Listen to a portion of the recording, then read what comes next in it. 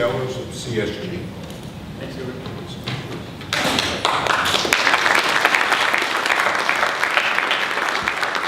Oh, I feel important now. This is great.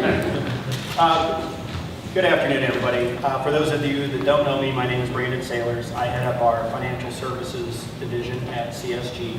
CSG is a software company and managed services company based out of Denver. We service the top 200 telecommunication carriers, many of which are our customers in this room. And the primary solution that we sell is actually a billing system. And you might say, well, geez, what does billing systems have to do with all the conversations and why in the world did we bother to join PACE? Well, we joined PACE about 6 years ago because we have 520 million subscribers on our platform.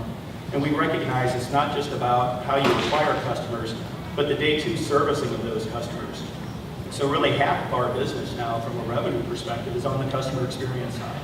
And we work with our customers on a daily basis to help them do day two servicing and operational support for their customers, sending notifications and reminders, and even collection calling and all those types of things, because it's important to create engaged experiences. The day or experience of one-way communication is really over. Consumers are demanding to have real-time access to information in the channels that they want to react in. And so it's about creating mobile strategies and digital transformation strategies. And more that means contacting people where they live, which is on their cell phones. So you have to be able to do that in a compliant fashion. So we joined PACE 6 years ago, happy to work with Stuart and the team. I serve as the Northeast Chapter President for PACE. And we're huge proponents because, again, what we just heard on the Robo calling task force, the reality is that is the #1 consumer complaint. We have to help make voice trusted again for our consumers and for our customers. And how do we do that as we work together to do that? So I'm extremely pleased to get to introduce these two wonderful folks next to me. Where are my people over here? So first and foremost, we have Lois Greisman, who heads the Division of Marketing Practices in the FTC's Bureau of Consumer Protection. Under Ms. Greisman's management, Marketing Practices leads the FTC's law enforcement initiatives tackling telemarketing fraud, including do not call and robocall enforcement, fraudulent business and investment opportunity schemes, which include multi-level marketing, mail fraud, which includes sweepstakes and lotteries, illegal spam, and internet fraud, which include the technical support scams. Ms. Greisman also directs the FTC's work to curb fraud in connection with different payment systems. And then next to Lois is Mark Stone, again, a returning friend of PACE. We're always glad to have you here. Mark is the Deputy Chief in the FCC's Consumer and Government Affairs Bureau. His responsibilities include Tcpa rulemakings and interpretations, and other consumer protection issues like truth in billing. Mark has worked in a number of FCC bureaus, including enforcement, wireline competition, and the Office of Managing Director, as well as serving as the legal advisor to several FCC commissioners. Please help me welcome Lois and Mark.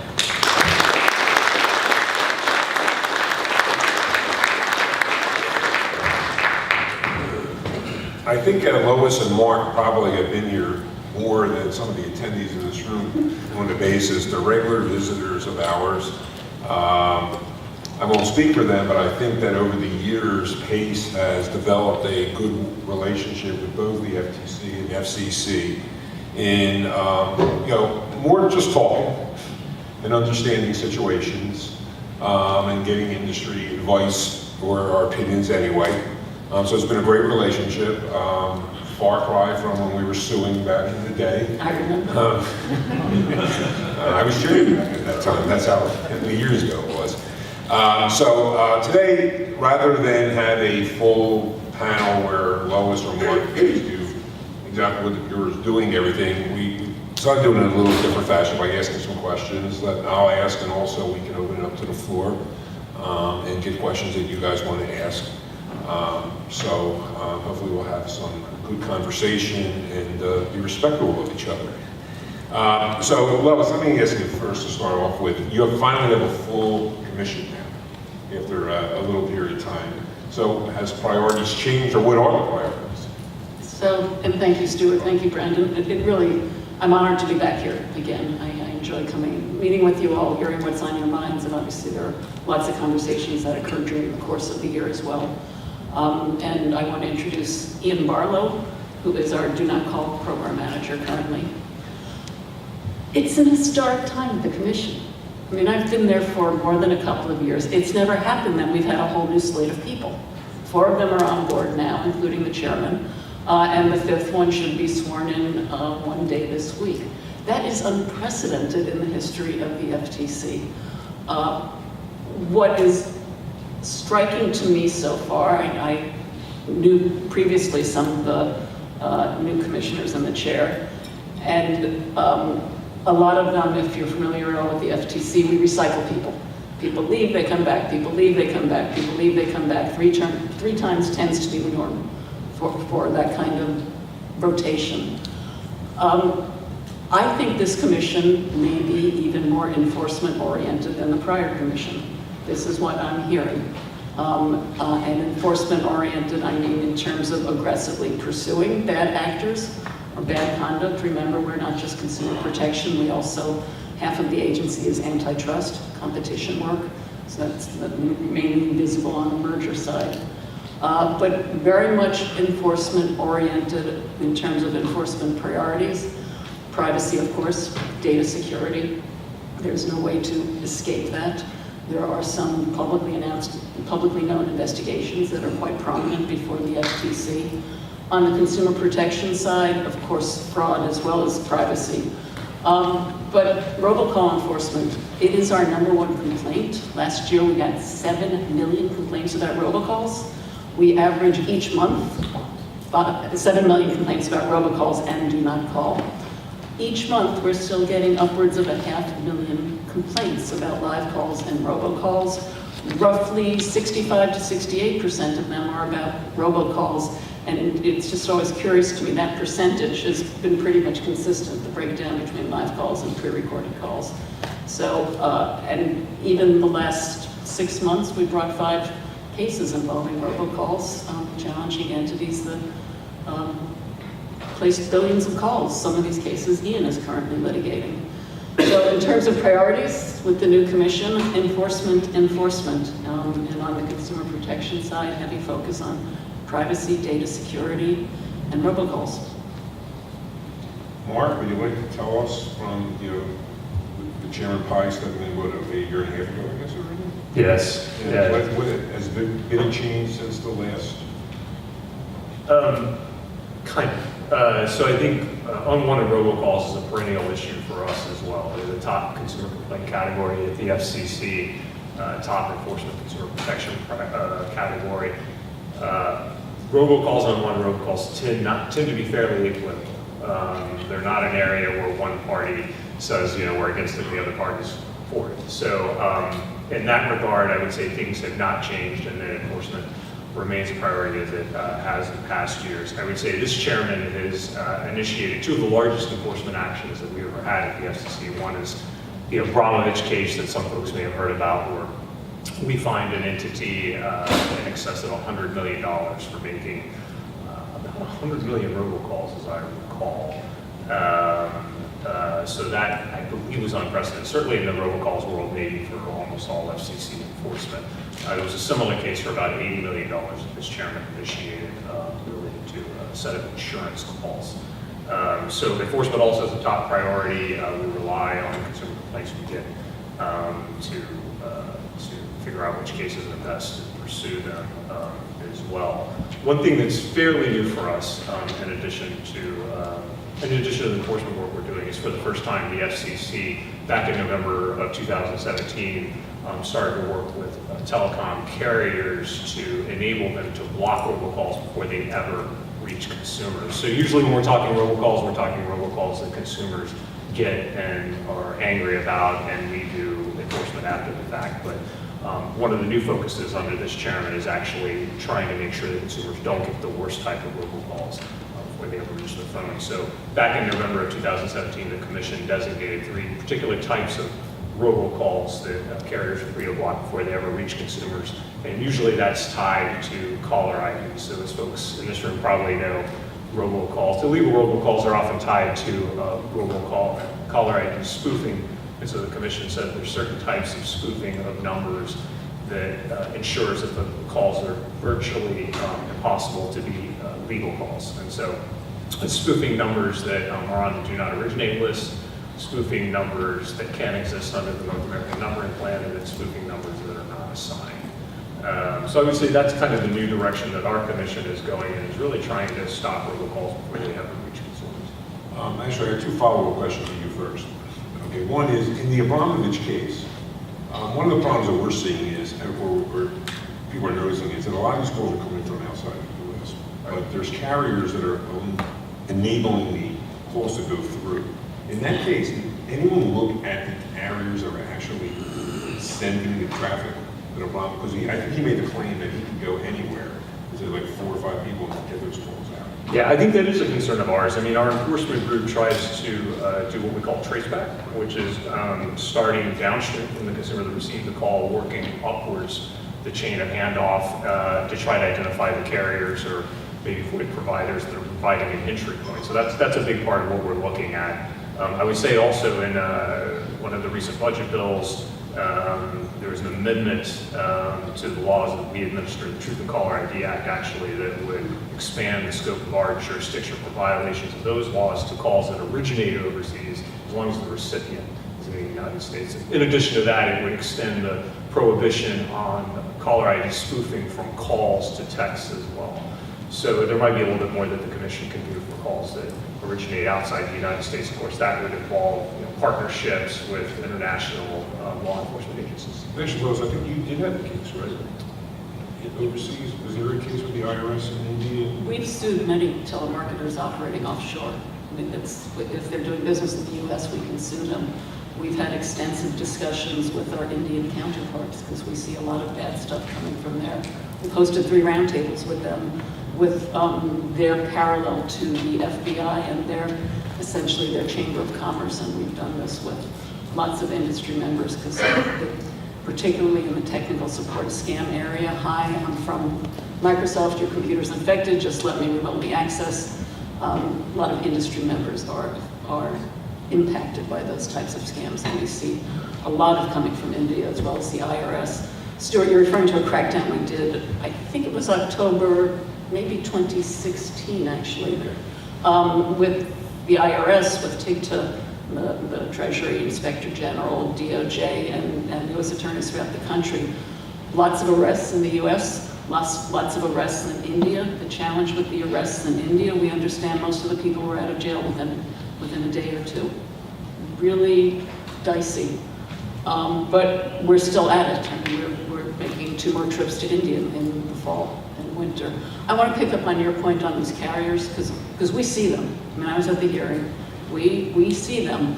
If the FTC had jurisdiction, and we don't because of the common carrier exemption, I feel quite confident we would have sued any number of them by now. But we don't have jurisdiction to go after them, and it really is, unfortunately, a real hole. And it's the gaping hole that is causing a good deal of consumer harm. So that's my pitch for supporting lifting the common carrier exemption. Okay, we'll put that 1 hour. Please. I'm not sure Mark said but the call blocking labeling, has been a big issue. Case has been very popular with the CPC and everything, and the FCC and the FTC have been represented at our meetings. And we understand in 2017 when you guys were able to start doing that. What have you done to educate consumers, knowing that this is legitimate, that what services should they expect from some of these apps, what calls are being blocked? Has there been any PR from the standpoint of either? Oh yeah, I mean we put out a fairly extensive consumer education on the call blocking options, the tools that are out there, and based upon are you VoIP, are you landline, what are mobile, what are the different options. I'd be happy to send links to it. We're not getting a lot of complaints in this area. We're not hearing that consumers are confused. I'm looking over at Ed because he's got his ears to the ground. But if anything, what we're hearing in an informal manner is, this is great. This is good information. Scam likely is important. I want to receive that. So we're doing education as well. I mean, we tend to not point to any particular app or tool, but sort of try to give a general overview to consumers what's available. We always advise consumers too to really look at the details, because different apps provide different levels of service. Different apps calibrate the sensitivity to getting robocalls, particular types of robocalls. So we always encourage consumers to be aware of that. I think also we've heard a lot from legitimate callers that are concerned about their calls being mislabeled or blocked unfairly. So that's something that we pay attention to as well. And we know there's various fora around where callers and third-party blockers and labelers and carriers can get together and try to work through this stuff. So we very much have our eyes on that. I mean, the more consumer education is out there, the more tools available for a consumer to see whether they want to pick up the phone in the first place or not. We think it's great. But I think also, you know, not all robocalls are bad, right? I mean, people tend to say robocall, and it's a very negative term, but you know, we at the FCC don't view it that way. There's some that are bad and some that are good. And so we're very vigilant about trying to make sure that the good stuff isn't swept in with the bad stuff. Just on the, I don't want to call it blocking issue, but the use of the term robocall is something that's confusing, because you have different definitions of the robocall. Yeah, And any idea of at least coming up with a term that is one meaning, so. Because we look at it, honestly, as you said, it's not a, you're not looking at the call negatively. We do, because we always, you know, our calls are legitimate calls from our members to their consumers, and robocall has such a bad meaning. I mean, no one says it's a good call. right. So the reason I'm laughing is we'd love to come up with a different name, but the Tcpa tells us what a robocall is, and unfortunately, it doesn't lend itself to a very simple explanation. And robocalls, as probably the folks in this room understand, means one thing if it's to a wireless phone versus landline, and whether it's telemarketing or not matters. And so we agree with you that that term generally has taken on sort of a negative impression for most folks out there, but we do try to appreciate the fact that robocall can just mean an efficient way of delivering good calls as well. But no, we don't have any great new term at all. So, under the telemarketing sales rule, which the FTC enforces, I think the lines are clearer. We don't care how you deliver the call. We don't care what the call is to, whether it's to a landline or a mobile device. If it is a pre-recorded call, it is covered, assuming it's for telemarketing, not information, not an appointment reminder, not the school saying, closed due to snow next week. So in that sense, it's clearer. I appreciate fully, because of the vigorous Tcpa litigation that goes on, it's not all that reassuring. And I would say, you know, to me, the world of legitimate robocalls is relatively circumscribed, because to receive a legitimate robocall, you have to give consent to receive it. And I think the world of consumers willing to give consent to receive a telemarketing robocall is relatively small. I would agree with that, as we all would. So going back to call blocking, so shake and stir is something that's on the horizon, and naturally, apparently, I think Comcast and AT&T possibly are going to be testing that in the fourth quarter, I think, maybe, or maybe in 2019. How does the Commission look at that? I mean, we're with the FCC. Yeah, so the Commission hasn't really taken a formal regulatory role at this point on shake and stir, other than in 2017 issuing a notice of inquiry, which is really sort of the first steps in asking questions about a given thing. And even then, the Commission said that it had thought that what the industry had been doing up to that point, chiefly through the robocalls strike force, was promising as far as identifying the need for some sort of caller ID authentication protocol, development of those standards, and then implementation of those standards. Since that notice of inquiry, we've been carefully watching how things have been developing. We gave a few questions over to the advisory committee that works for us, the North American Numbering Council, and this was in May or perhaps August. Our chairman took the recommendations of that advisory council as far as setting up the governance authority and then moving forward for a policy authority or administrator as well. So I think our position is we're watching closely, and I think so far, as you mentioned, we're seeing some testing that would seem to hold some promise, and so I think that's kind of the position we're at. I don't think you see the FCC poised to take any regulatory action at this point, but we are watching closely. you guys are completely out of it. They're from the authentication side, so. Well, we're there to provide whatever support we can. I mean, we're not technologists. Ian will be at VTA log meeting in October, I think. So we are there to provide whatever facilitation and assistance we can, but the technology will leave to others. Mark, on May, the commission asked for some more comments on the TCPA. And I don't know how many comments you've received. I know Dave A lot. Right. So, I mean, do you have the date on your calendar already that the ruling is going to come out? We've got a lot of different dates that it could come out. So it's a huge record, and for those that don't know, a big part of our work at the FCC is rulemaking around the TCPA, the Truth and Caller ID Act, but a lot of work is around not rulemaking, but what we call declaratory rulings or interpretations of the TCPA.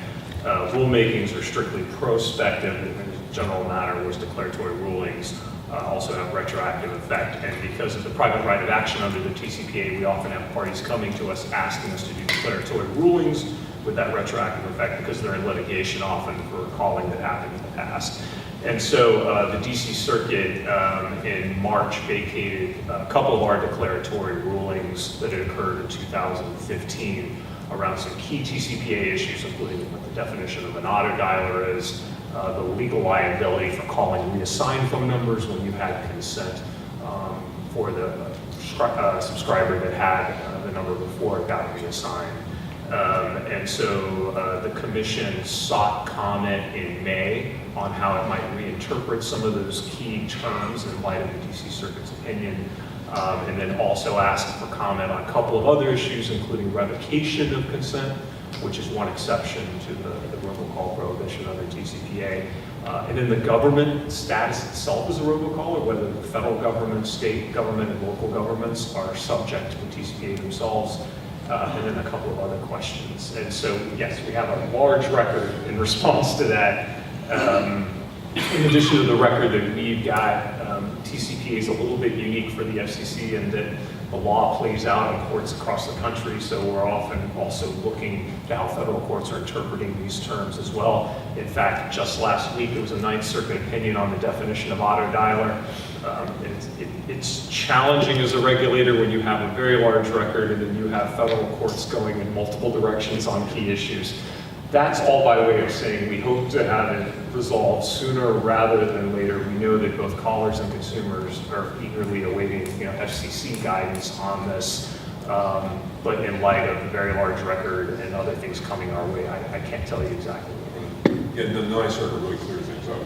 They really did a good job. Yeah, sometimes we wish we could just freeze the courts and say, just hold on. Let us go with this. What is the actual process at the commission for something like this? I mean, how many levels of the bureau does it go through to come up with that final that the commissioners actually vote upon?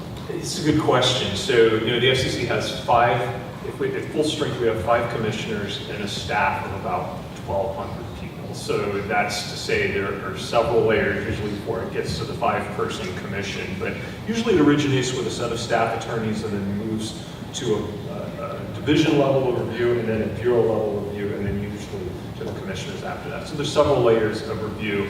We also, as Lois mentioned, a lot of this stuff is highly technical. We have an Office of Engineering and Technology that will review our decisions to make sure that they're technically sound, and then an Office of General Counsel to make sure that they're legally sound. So we have a couple of layers vertically and a couple horizontal. So I'm trying to get more into the answers. Are we at the 20-yard line then? Or are we at Keep trying. I know. We're waiting because Good try, man, but maybe will we have to wait as long as the DC Circuit Court?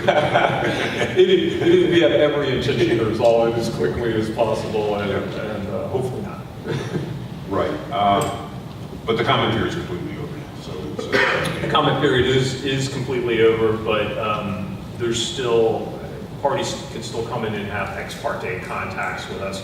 Usually there's no time limit on those unless the FCC puts the decision on one of its open meeting agendas, one of their monthly open meeting agendas, and then usually a week prior to that, there's what we call a sunshine period where no ex parte contacts can happen. But yeah, we can and often do in these cases have to draft even as additional viewpoints and concerns are coming in the door.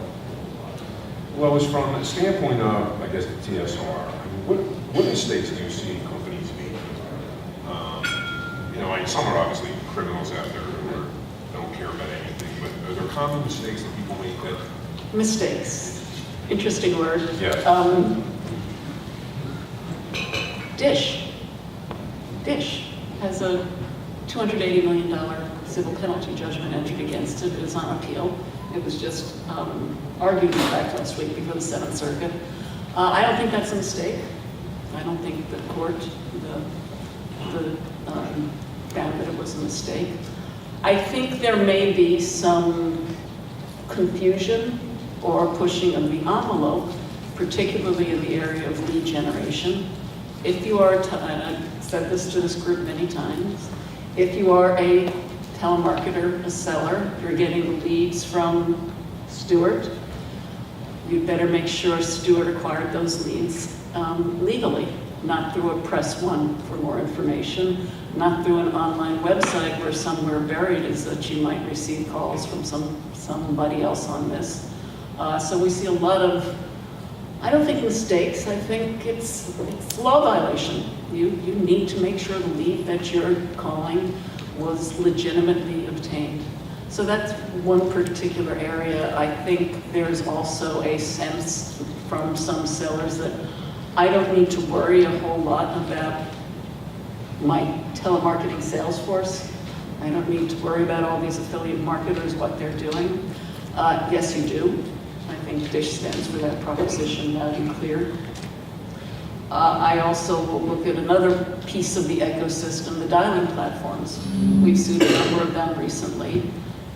They claim I have no idea what call is being placed on my system. I have not a clue. Yes, you do. And it's very easy to figure it out, and particularly if you create a bifurcated system where one segment serves just nonprofits, mostly schools, and the other is commercial. I don't think as a dialer or anyone else in that ecosystem you can turn a blind eye or be willfully ignorant of what is being blasted out on your system. And it's not hard to ask, what's the substance of the call? So I think there's definitely room for improvement. I mean, a lot of the cases we've recently filed, and literally we're talking about cases where shutting down operations that were placing billions of calls. There is a legitimate product there. This is not debt reduction. This is not some medical alert device. This is solar panels, alarm systems, for-profit education schools. And where there is a legitimate marketer like that, I am really strained to understand how it is they are not aware of how their product is being marketed. Just for a plug, so that's why our SRO is great, because at least you'll know at the time of the audit that you're actually complying with all those rules, and it gives us a great avenue of opportunity for new members for these industries that you're really talking about. Mark, anything from the FCC side? I mean, patterns that you're seeing that people are making mistakes? Well, Yeah, I think that are doing things not according to the law. yeah, we just see a lot of things like that. So we tend, I think as Lois mentioned, depending on whether the call's to landline or wireless, we're also interested in robocalls that are not marketing informational. So sometimes these are more sympathetic robocalls in some ways, the call from your kid's school or something like that. But across the board, the standard is if the robocall is not an emergency or subject to another exception, you need the consumer's prior express consent. There's no magic formula to what prior express consent is, but what we always say is the more explicit the consent, the better. The more that you ask the consumer to consent to exactly what it is you plan to send them, the better. The commission has acknowledged in some cases under the Tcpa, the mere giving of a phone number can amount to consent, but that's a fairly limited set of circumstances. So what we see, I think, is that sometimes callers not being careful enough, just assuming that getting a phone number. Filters and, the Apples and the Googles and the Robo crowdsource that information in order to score it. I think it's going to be a combination of the blocking tools and also caller ID authentication will, I think, very powerfully complement that.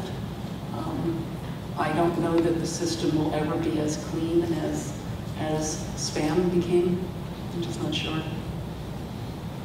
Yeah, I agree with that, and I think caller ID authentication is a key part of it, as Lois mentions, because you can report a call today that comes from a specific number to spam, but that caller just switches numbers tomorrow. It's not going to do anyone much good. And I think that is the key distinguishing factor between email spam and phone is we don't want to peer into the content of the message. We don't do that. But we can rely on circumstantial evidence such as X number of consumers reported today that they got calls from this entity and it was telemarketing and it was unwelcome. We can rely on that, but even that's important. Good, Carl. Yes, this is a question directed to the FCC. It's in regard to shaken and stir.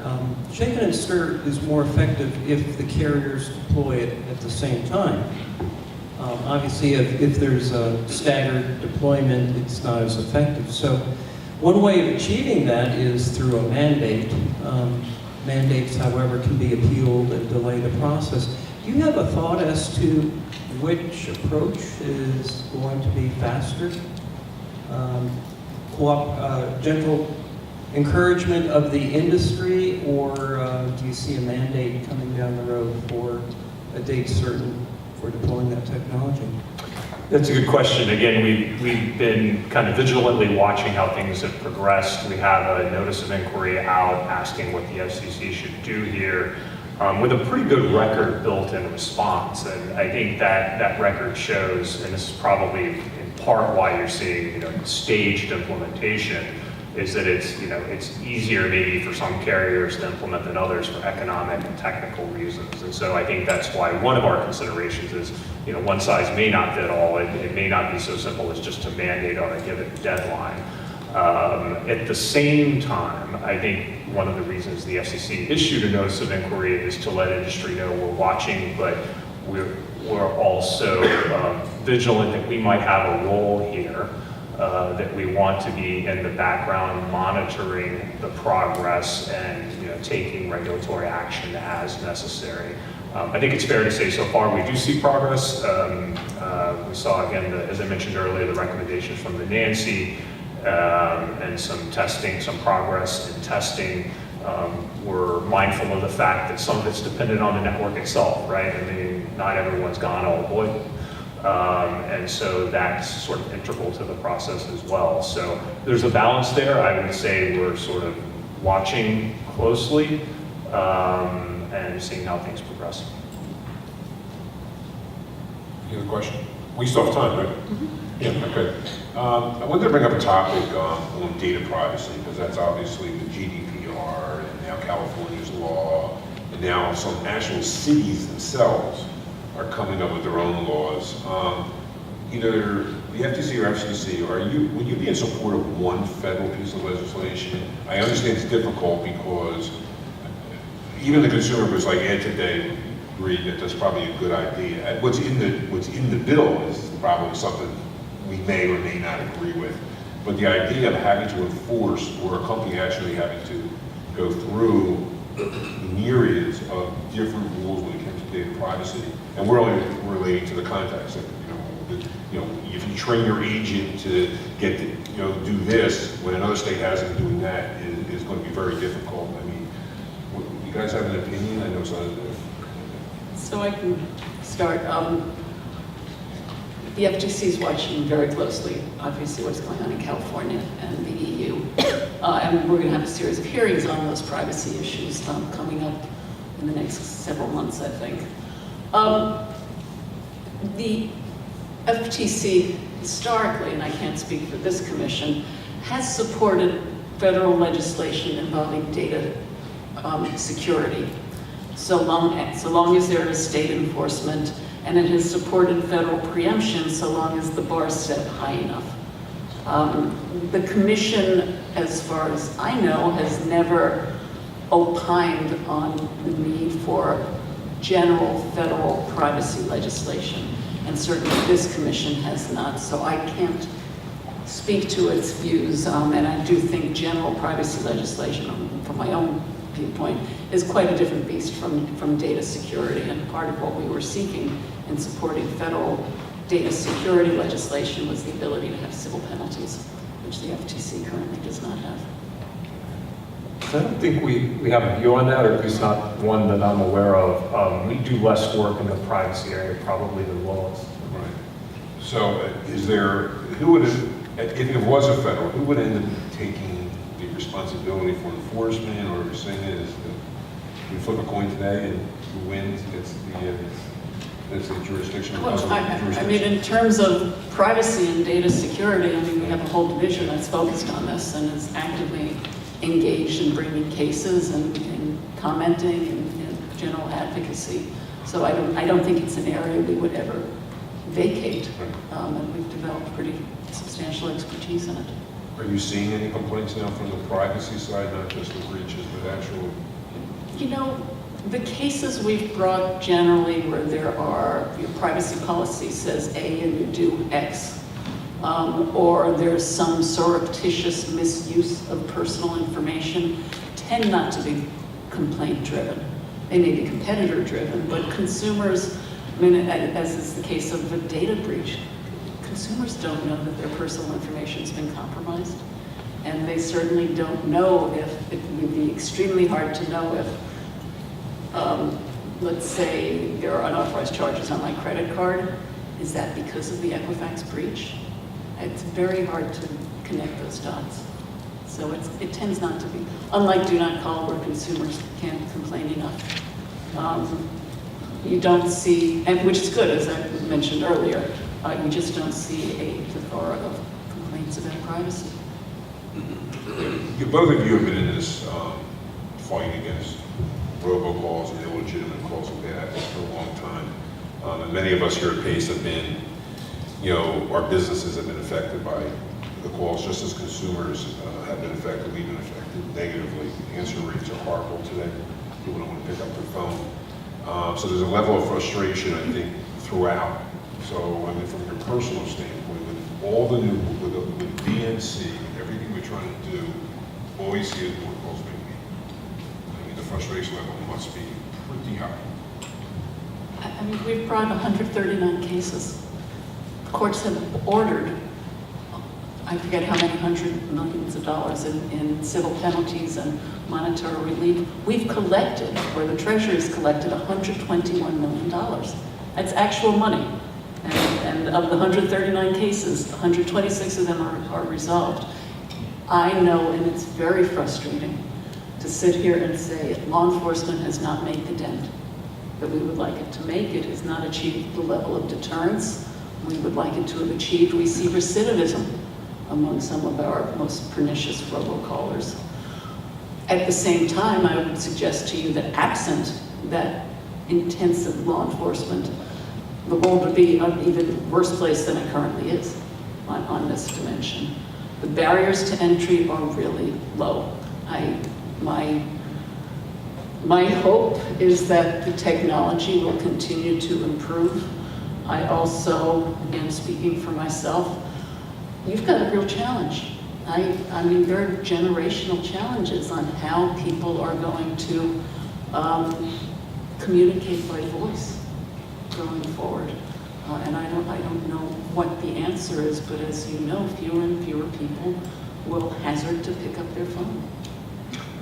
Yeah, I agree. I mean, we do our own enforcement that provides deterrent, but that's clearly not enough. We are encouraging and allowing call blocking of the worst types of calls. That's encouraging. That's not enough. Likewise, with call ID and authentication, that's going to be terrific, but maybe even that won't solve everything. One thing that we are seeing at the FCC is maybe carriers take note of this problem more than they ever have before. We see them working together more closely to try to stop unwanted robocalls because it represents a threat to their networks. So that part is new, relatively new, so we're encouraged by that. But yeah, you tell people that you work on robocalls for the government, and they are very disappointed in you. And so we're just as frustrated as everyone else, and trying our best. You know, to that point, tomorrow we have a session called Know Your Customer, and we have AT&T, Verizon, US Telecom, and Newstar speaking to us about how the carriers are basically trying to find out, at least they know who their customers are, so they can say, that's not a customer I want. Okay, and PACE is trying to do the same thing on a call origination side, so that we can give a good housekeeping in better terms and say, yes, this is a legitimate caller, and that we're not saying what the content is, but they own the numbers, they're call originators, and they're able to make the calls. Yeah, I think that's a great point, and we, every once in a while, I'll see a report on the number of robocalls that subscribers for given companies get. And, you know, it's clear that folks are paying attention, and this becomes maybe a market or product differentiator for some carriers. We're better at blocking this. We're more protecting of our consumers. So, you know, it is getting more prominence, and that's encouraging. Right. It is. I mean, we're actually encouraged by what the carriers are doing when it comes to know your customer, because they're the ones who can stop some of these bad actors on the carrier side that will deliver any kind of traffic that comes along. So, yes. So we deal with, in this industry, we deal with a lot of spoofing issues. We have a hard time, as companies, we have a hard time tracking down who's really calling. When those complaints are brought in through the FTC or the FCC, what does that investigation look like as far as the obstacles you run into on tracking down the illegal? Yeah, that's what we call a traceback. So that you're exactly right. Odds are, if you get a call that you hate, the caller ID didn't reveal who it really was calling, and so that's where we investigate, try to trace it back up to the originator. That can be a cumbersome process where we have to go upstream through several hops, multiple providers. Many of which are very cooperative with the FCC, but some maybe aren't necessarily so cooperative because it may not be in their business interest. But we try to do that as best we can, as quickly as we can. But then to enforce, we have a 1-year statute of limitations under the Tcpa, which may sound like a lot, but it's really not a lot when you try to go through that process, get back to the point of origination. Hopefully it's a domestic company that you can propose a fine for, but that is a significant challenge. It is, but I'd say virtually every case we've brought involves spoofing. So we are able to surmount it through just informal pick up the phone, call a carrier, help us, give us a head start, or we'll start issuing round and round of civil investigative demand until we get back to as close to the originator as we can. Is that it, Chris? That is it. I want to thank you both for Thank you. again coming and doing that.